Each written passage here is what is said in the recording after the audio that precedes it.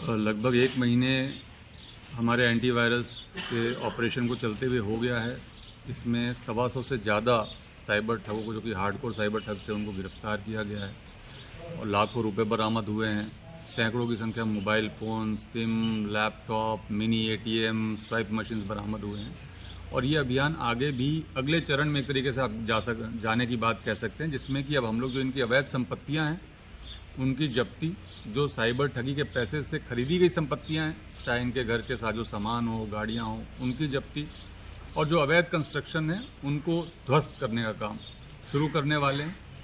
उसके पहले हम लोगों ने आज जो मौजूद लोग थे, प्रमुख प्रमुख सरपंच थे, प्रधान थे, जो इनके धार्मिक धर्मगुरु थे, मौलाना थे, उनको बुला करके मैंने एसपी साहब ने और पूरे हमारे यहाँ मेवात डीग जिले की जो टीम थी पुलिस अधिकारियों की, हमने एक पंचायत इनकी बुलाई थी, जिसमें कि इनको हमने ये स्पष्ट तौर पे समझा दिया कि अपराध करना, अपराध छुपाना, अपराधियों का साथ देना, ये पुलिस किसी भी तरीके से बर्दाश्त नहीं करेगी।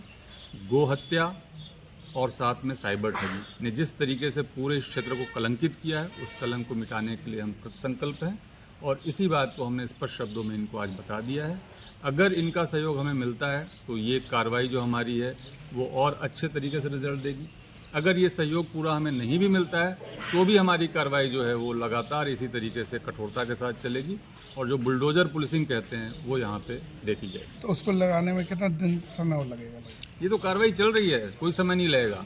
आपको जो ये कंटिन्यूएंस है, तो जो कार्रवाई चल रही है कंटिन्यू चल रही है। एक तरीके से आप कह लो कि अब जो इनकी संपत्तियां हैं उनकी जब्ती और ध्वस्ती की जो कार्रवाई शुरू होगी, उसके पहले इनको एक बार सावचेत कर रहे थे कि जो बच्चे इससे नहीं जुड़े हुए हैं उनको कम से कम आप सही रास्ता दिखा दो। सर, ऐसे लोग चिन्हित भी किए हैं क्या जिन्होंने बहुत प्रॉपर्टी इकट्ठी कर ली है साइबर ठगी से?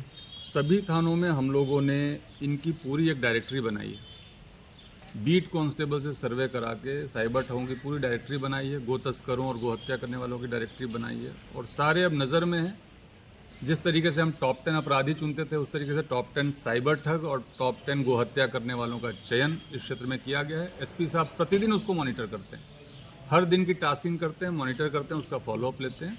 जो भी रिजल्ट अभी तक आए हैं बहुत अच्छे हैं, मैं कहूँगा, और मैं इसके लिए अपनी पूरी टीम को बधाई देता हूँ। जो हमारे डीग जिले के एसपी साहब हैं, जो एडिशनल एसपी साहब हैं यहाँ पे, जो सीओ साहब हैं, जो हमारे एसएचओज की टीम है और इवन हमारे जवानों तक की टीम, जिन्होंने कि पूरे दिन रात काम किया है।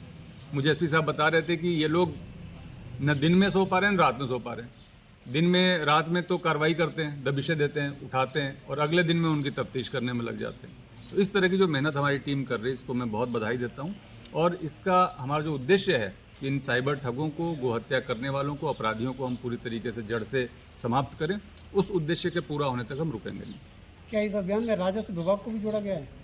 बिल्कुल, राजस्व विभाग की हमें मदद मिलेगी। जिला कलेक्टर मैडम भी बहुत ज़्यादा सहयोग करती हैं, पॉजिटिव है।